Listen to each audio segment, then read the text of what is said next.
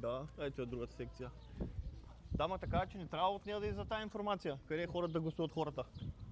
От кого заради тези служебната? Нямам се да представя. Добър ден! Да, здравейте, търсиме избирателната секция. Тук се намира председателят. Вие ли сте, как се казвате? Ето един усмихнат господин. Пенко Димчев. Пенко. Може да ви попитаме как върви изборния ден? Добре, няма нарушения. Няма нарушения. Машините работят. Идеално. Бюлетини. Всичко е добре. Всичко е точно. Не сте установили някакви Не, за сега не. нередности. Чудесно. Избирателната активност, да кажете как е тази година? Малко по-добре. Малко по-добре. Хората се събуждат, да кажем. Добре. Накрая. Да влезем да заснемем урните, дали са запечатани? Добре. Обаче хората няма да снимат. Не снимаме урните просто. Нищо. Здравейте.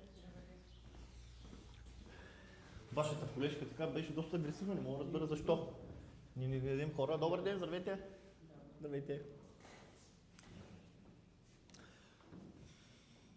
Запечатани чудесно. Без тиксо, много е важно, защото установихме много запечатани с тиксо. Без лепенка.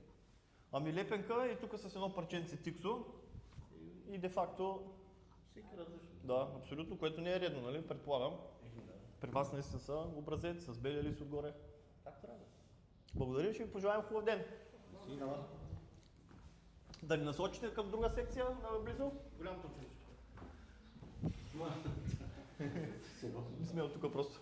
Трябва да потърсим. Ще кажеш голям.